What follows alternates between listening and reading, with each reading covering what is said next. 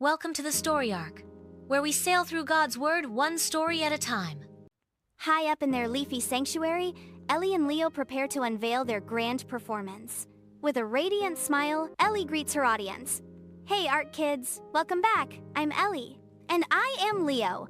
Welcome to the Story Arc for another exciting story. And we shall be sharing another exciting Bible story today. Leo continues. Last time, we saw how God spoke to Moses through a burning bush. With boundless enthusiasm, Ellie declares, and now, it's time for part 2 when God shows his mighty power to rescue his people. An unsettling stillness fills the void, a pregnant pause before the storm. Elio's voice cuts through the quiet. Get ready for frogs, flies, and Pharaoh's stubborn heart.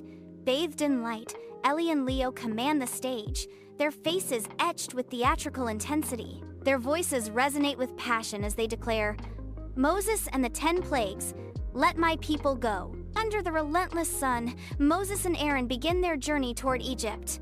The desert stretches endlessly before them, the air shimmering with oppressive heat. Long shadows trail behind them, marking their path across the barren land. Under the relentless sun, Moses, accompanied by Aaron, sets his course toward Egypt. The weight of destiny presses down on Moses as he approaches the land of Pharaoh. With his brother Aaron by his side, Moses went back to Egypt, just as God told him. Moses stands tall, his eyes blazing with conviction. Moses declares, Pharaoh must let God's people go. Moses and Aaron stand before Pharaoh. Aaron stumps beside Moses. Pharaoh sits on his throne. Guided by divine purpose, they enter Pharaoh's palace, their sandals whispering against the ancient stone. Sunlight pierces through the towering columns, illuminating their path as they advance. They walked straight into Pharaoh's palace and delivered God's message. A lone figure stands defiantly, voice echoing through the chamber.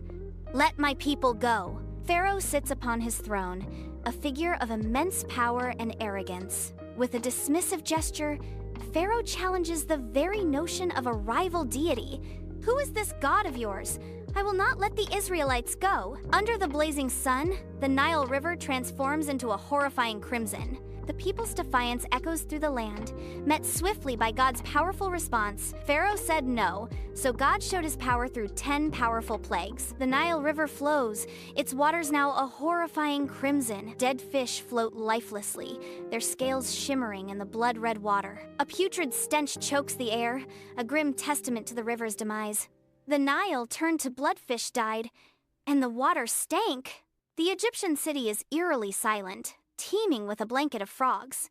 The creatures cling to mud brick walls, their presence casting a strange stillness over the once bustling streets. Frogs covered the land beds, ovens, everywhere. The sheer number of amphibians is overwhelming. Pharaoh stands, his presence commanding and absolute. His voice echoes through the chamber. Pray to your God to take them away. But as soon as the frogs disappeared, Pharaoh's heart hardened again. He broke his promise and refused to let the Israelites go. A plague of gnats descends upon the Egyptian village, their presence a torment. Suddenly, tiny biting gnats swarmed the land, covering people and animals everywhere. The air vibrates with the drone of countless flies under the scorching sun. The air pulses with the relentless buzzing of flies, a revolting plague descending upon the Pharaoh's court. The vile insects crawl over the Pharaoh, clinging to his robes and invading his face. Yet he stands defiant. The stench of pestilence chokes the air, but the Pharaoh's face remains a mask of unyielding stubbornness? Then came buzzing flies, yuck! They filled every corner of Egypt. But still, Pharaoh said no. Under the relentless sun, the Egyptian farmland lies barren, a testament to drought and despair. Lifeless livestock carcasses are scattered across the cracked earth. A wave of sickness descends upon the Egyptian farmlands, bringing death and despair. The animals collapse, their labored breathing a sign of their impending doom. The Egyptians' animals got sick, but the Israelites' animals were fine. In stark contrast, the Israelites' livestock graze peacefully, untouched by the plague. In an Egyptian home, people suffer from painful boils. The palace, once a symbol of power, now echoes with the moans of the afflicted. Nobles, once proud, writhe in agony, their grandeur stripped away by the relentless plague. Even pharaohs, magicians, masters of the arcane, succumb to the agonizing sores, their stoicism shattered. A somber voice echoes through the palace. Painful sores appeared on everyone. Even Pharaoh's magicians couldn't stand. A terrible hailstorm descends, mercilessly destroying crops and homes. The sky darkens ominously as icy projectiles pummel the earth. The village lies in ruins, a testament to nature's fury. A terrible storm of hail and fire destroyed crops and homes. Fields once lush with life are now barren wastelands, a stark reminder of what has been lost. The air hangs heavy with the acrid smell of smoke, a constant reminder of the devastation. Pharaoh waves a hand, his command echoing through the chamber. Okay, you can go. The silence is heavy, the air still and expectant. A voice breaks the quiet, but again, he changed his mind. Oh, a biblical plague descends upon the Egyptian countryside. A swarm of locusts, a living cloud, darkens the sky. The locusts descend, devouring every plant in sight. Fields are stripped bare, leaving only barren earth. A desolate landscape stretches endlessly, its cracked earth baking under the relentless sun. The sky darkens as swarms of locusts descend, a living, writhing cloud consuming all light. The locusts devour the last vestiges of life with horrifying speed. It devoured every green plant in sight. Total darkness covers the land. Darkness descends, blanketing the land in an impenetrable shroud. Only the Israelites remain untouched by the gloom. From the void, a voice echoes. 3 days of total darkness no one could see, but the Israelites had light.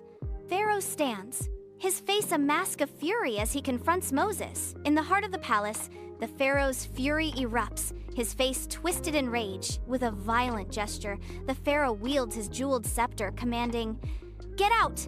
I never want to see your face again." Torches flicker, casting eerie shadows across the walls of the Egyptian home. As anticipation and fear fill the air, Moses stands tall, his eyes reflecting sorrow and unwavering resolve. His voice echoes through the silent home. "The final plague is upon you." The air thickens with unspoken tension. An unknown location awaits the next chapter. A voice echoes through the void. Moses gave one final warning. In the heart of Egypt, Moses stands firm, his face a canvas of sorrow and unwavering resolve. With a heavy heart, Moses speaks, each word laden with the weight of impending doom. His voice resonates with grim prophecy. If you still refuse, every firstborn son in Egypt will die.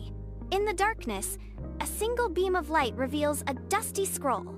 Pharaoh refused. So God gave the Israelites special instructions. Inside the Israelite home, families bustle with anticipation, preparing for the Passover meal. The warm glow of oil lamps casts long shadows as they meticulously arrange unleavened bread on platters.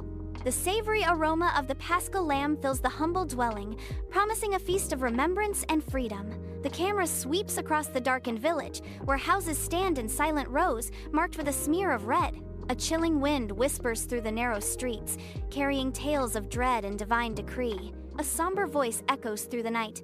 God told them to mark their doors with lamb's blood. That night, an angel passed over every house with the mark, but brought sorrow to the Egyptians. In the vast hall, flickering torches cast eerie shadows as Pharaoh, cloaked in black, mourns in solitude. The hieroglyphic-covered walls loom over him, amplifying his grief. Pharaoh sits upon his throne, his face streaked with tears, a picture of anguish. His voice breaks, a raw expression of pain and defeat. "Go, leave Egypt." He commands, his voice trembling with a mix of sorrow and resignation. "Take your people and go worship your God." Under the scorching sun, the Israelites begin their exodus from Egypt. They march towards freedom, their eyes fixed on the horizon. Dust rises with each step, a testament to their unwavering resolve. Hope flickers in their hearts as they leave the land of their captivity behind. Silence fills the air as the weight of the moment settles.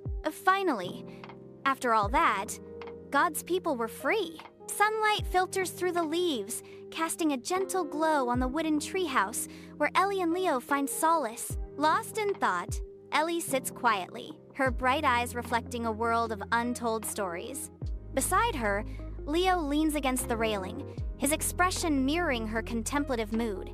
The echoes of a shared story linger in the air, binding them together in a moment of quiet reflection. The air hangs thick with the aftermath of a powerful display, the atmosphere charged with unspoken tension. Leo breaks the silence, exclaiming, "Whew, that was intense." God showed Pharaoh who's in charge. Ellie shares how God's love reaches down to rescue his people, even in their darkest moments. He showed his deep love by keeping his promise to save his people. Leo stands before the children, his voice resonating with the tale of Moses. Leo emphasizes Moses' unwavering faith, and even when Pharaoh said no again and again, Moses didn't give up. He kept trusting God. Before the story arc, kids, Ellie stands as a beacon of hope, her words resonating with unwavering faith. Even when things feel tough or unfair, don't forget, God hears you, she assures them. God sees what's going on. Ellie concludes with conviction, and his power is greater than anything. Elio speaks with determination. Let's be like Moses, brave, faithful, and obedient to God's voice. Bathed in sunlight, Ellie and Leo stand together in the treehouse. They glanced at each other, thinking about the amazing story they just shared. They clap their hands and stomp their feet, filling the room with joyful energy. "Let my people go," God said loud and clear. Moses stood strong and followed the way. And God's mighty power saved the day. Remember, God always takes care of you, just like he took care of the Israelites in the desert. Don't forget to like, share, and subscribe for more interesting from the story arc.